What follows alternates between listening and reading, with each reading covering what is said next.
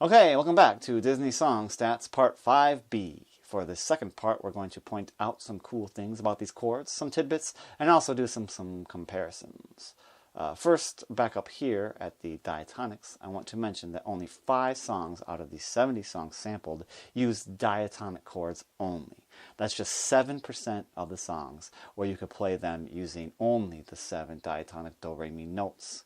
And I'm telling you, this is a huge testament to just how crafty these songwriters are. I mean, these guys know how to be like taking their songs off some sweet jumps. I mean, they know how to be putting some sweet sharps and flats all up on their lines, their spaces, man. Black ink. Okay, next thing you want to notice about the major diatonics is that the 5 chord outdid the 1 chord across all songs studied. If you're wondering how this possibly could be, the answer lies in the fact that songs in the minor mode really like to borrow the major 5, to the point of it even being standardized. In fact, only 2 songs in the study didn't use a major 5 triad. Both of these songs were from the High School Musical movies, and this fact touches on the trend that songs written in the modern pop age seem to be losing favor with the 5. Ooh, I kind of like the sound of that. That'd make a good song.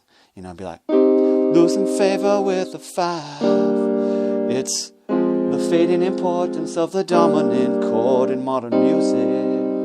Hey, let's compare the 5 chord here with the Rolling Stone 500 chart, like we do. Okay, here we could see that the 5 is in 3rd place, not 1st. So yeah, my point here is that Disney songs as a whole have followed the more old school trends in songwriting and composition, though I believe they are catching up. Or if you prefer, they're being poisoned by these modern trends of boringly flat and circular, never resolving crap of non-dominant crap.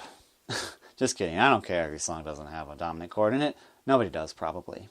Okay, going back to the Disney diatonics, no other big surprises. Although you may be wondering about this 7 diminished here. I mean, it's used hardly at all, even though it's a diatonic chord.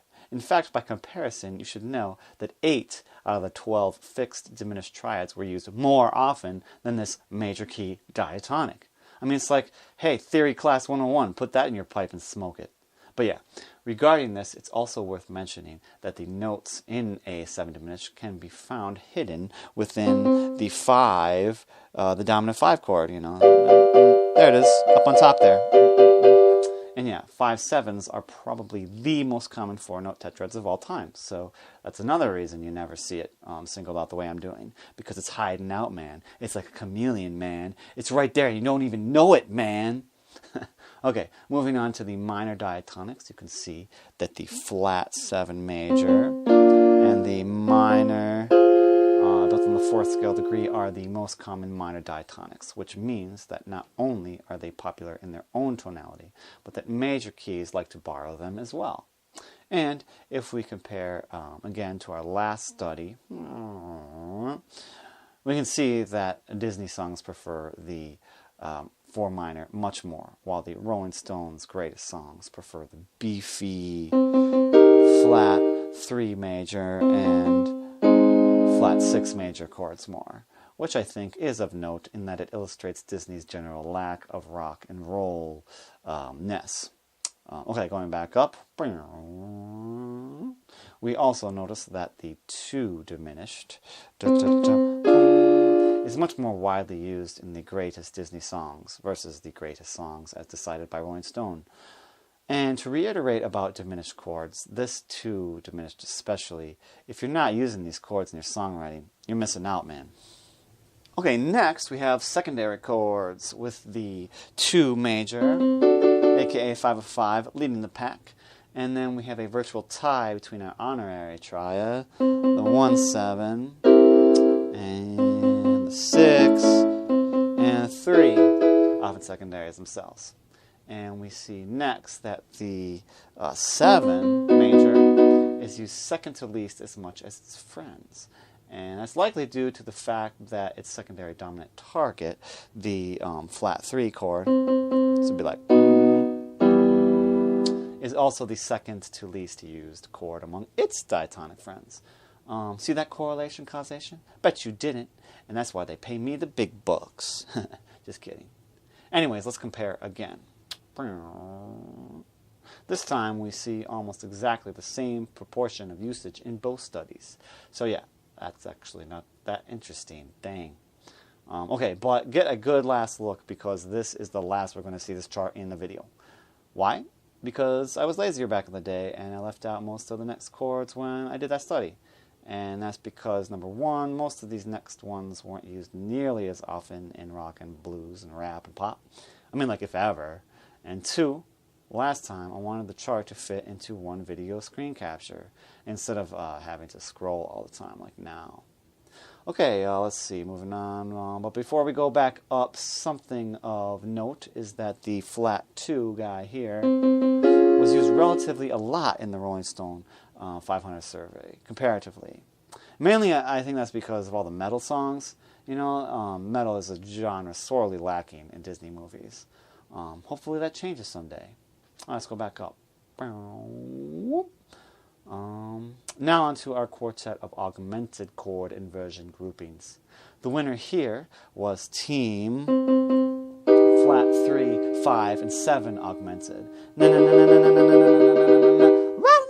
Sorry, I just like to do that. But anyways, these guys won mainly because of a boost from the harmonic minor scale. C.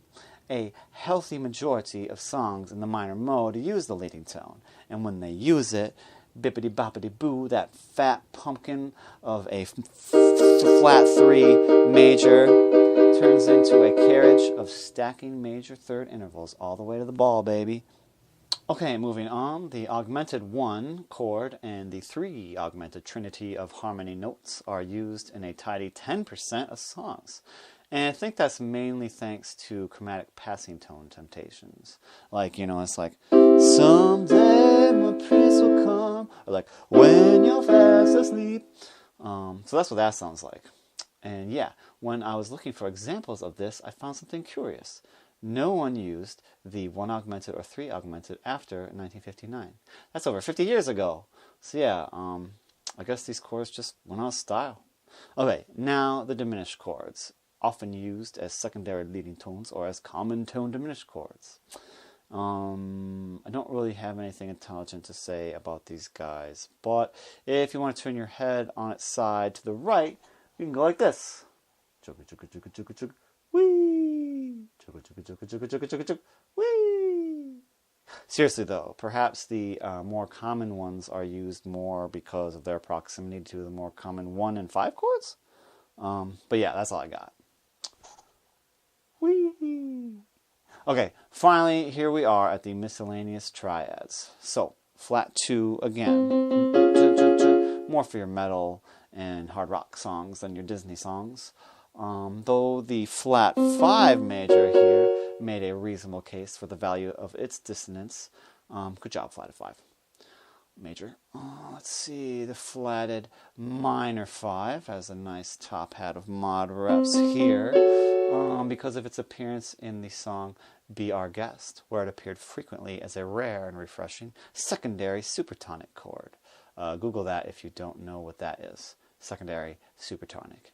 And yeah, the last thing to point out here is that the only other chord triad not to be found in this study, other than the 2 augmented and its inversions, was the flatted 6 minor. And that could be either because using it for a secondary supertonic would land you on the tritone, yuck, or maybe just because it sounds bad. I don't know, let's try out. What do you think? This is the tonic of the key, and this is the flat 6 minor triad. Yeah, see, nobody likes that. Okay, let's close out this video by giving a shout out to just a couple of my favorite chords from the study. Hello again! Okay, let's start with my favorite dissonant chords from the book. Okay, so check this one out from the song Cruella de Vil. It's a flat 7 with a 9 and a flat 5. There's also some word painting going on here because when the singer sings the word chill, the chord sends chills up your spine, you know, so you're like, to know her is to take a sudden chill. Incidentally, you can also find this kind of dominant flat 5 chord a bunch of times in the song Friend Like Me from Aladdin. But yeah, another thing I like about these is if you squish all 5 notes together, you get a whole tone scale. So that's pretty cool. And yeah, this has to do with why I classified it as an augmented chord, because when you flat a dominant's fifth, it no longer contains a major triad, or any other kind of triad for that matter. Here, it's actually the addition of the 9 that lets you label it as a triad. You know, and I mean, I probably shouldn't even be trying to describe this as a triad at all, but yeah, let me know what you think if you have an opinion about this either way. The next party crashers are from the credits, from the Incredibles movie.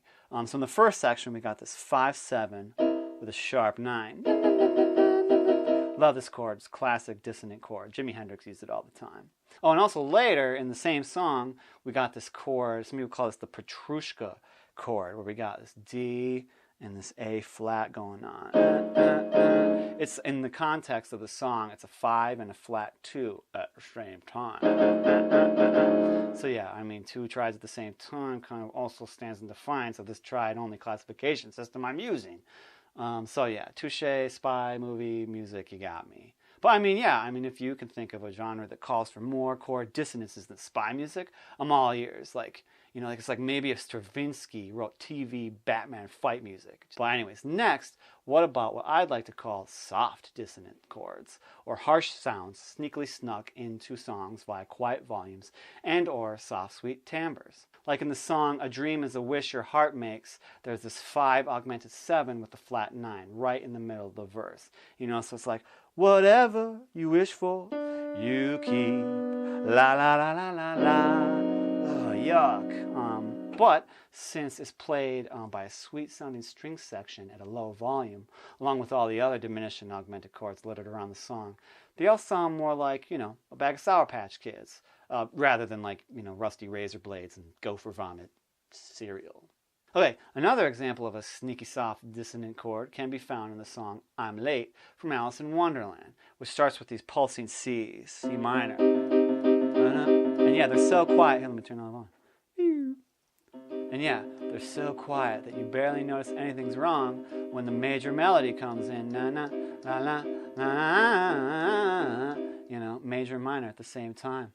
You are late indeed, White Rabbit. Late to diatonic tonal harmony. Well, that's enough dissonance for now. Now let's switch to some sweeter sounds, like the G/A5 in the song Someone's Waiting for You from the Rescuers. What I like about this is it's just this nice open voicing of a pentatonic scale with your A, let's turn it back up, with your A, an A5 in the bottom, and then a G on top. Isn't that so nice? It can also be thought of as an A11 with no third. You can do that. You can write chords without thirds. It's fine. People do it all the time. And then you just sing, it's just a sweet sounding chord of the 70s, baby. But anyways, another chord that slaps on the schmaltz, at least in my ear, is one of the 6 minor chords from A Whole New World. And I know you must be like, what's so great about a boring old diatonic 6 minor chord? Well, it has to do with how it sounds in context. So it's just like, you know, now I'm in a whole new world with you. So pangy, I love it. This is called a deceptive cadence for those of you keeping score. Alright, next, let's highlight some funky jazzy chords from the world of Disney. Okay, furthering this idea that you can get away with almost any tonal shenanigans if you just do it all smooth like, are a couple of chords from Sting's My Phony Friend and Me via the Emperor's New Groove movie. Okay, so first we're in A major in this song, right? And then he just puts in this bizarre flat 5 minor 7. Isn't that? It's just like minor chord in the tritone, like what? Anyways, it resolves to a 4. So it's okay. But here, let me switch to a better timbre here. Smooth it out a little bit.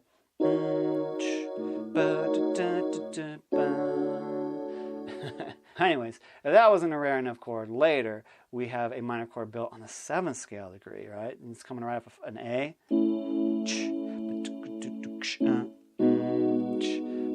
This chord brought to you by the raised 4th, the Lydian 4th. Okay, for more jazzy funkiness, let's listen to some descending circle of 5th tritone substitutions from Randy Newman's When She Loved Me. And let's get out of this electric piano stuff. Randy Newman don't like electric piano. Not that I know of anyway. Okay, that's good. Alright, so first let's listen to this descending line in the bass. mean, it's just like, you know, the ice cream is just melting. But then let's put on the chords. Okay, so it's like, la, la, la, la, la, la, la, la, la.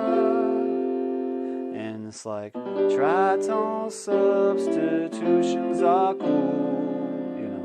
And I mean, these chromatic descending T subs, like, they just keep going, man. It's like, there's 7 of these guys. This is the bridge, by the way, but there's 7 of these guys before we get back to the verse. Anyways, the long and short of these things is that dominant chords that are a tritone apart will always share a tritone, the 7th and the 3rd.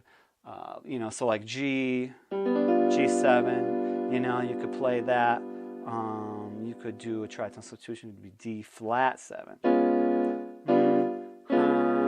mean, you know, so it's like all you have to do is switch the other notes, not the 3rd and 7, and, you know, even sometimes like in here, you just mess with the tritone themselves, for reharmonizations that are half the same, and half crazy, funky, jazzy, different substitutes, who probably all smoke weed in the parking lot during recess. But anyways, if you want to learn more about tritone substitutions, Google them and, you know, YouTube, and somebody will help you out who's smarter than me. Okay, last I want to highlight a few important chord concepts related to these chords. So like everyone knows that the 1 chord, it's the 1 chord that establishes the tonality in any song, right? Well, what if I told you? It's like, what if I told you that sometimes you can keep the establishment from showing up until the last possible moment? But anyways, it's in the song Part of Your World from The Little Mermaid. The tonic chord is so fashionably laid, the 2 whole sections, the A and the B section, 50 whole seconds in the song have passed before it's finally heard, starting the 3rd section. This makes for a truly anticipated entrance. And yeah, I'm not going to play that whole thing for you right now, but I'm just going to encourage you to go out and listen to that song so you can hear what I mean about this late, late, late tonicization. Another chord concept I want to touch on is what I'll call identical chord palettes between songs within the same medium. So like the songs Someday and God Help the Outcasts from Hunchback of Notre Dame have the same exact tonal palette.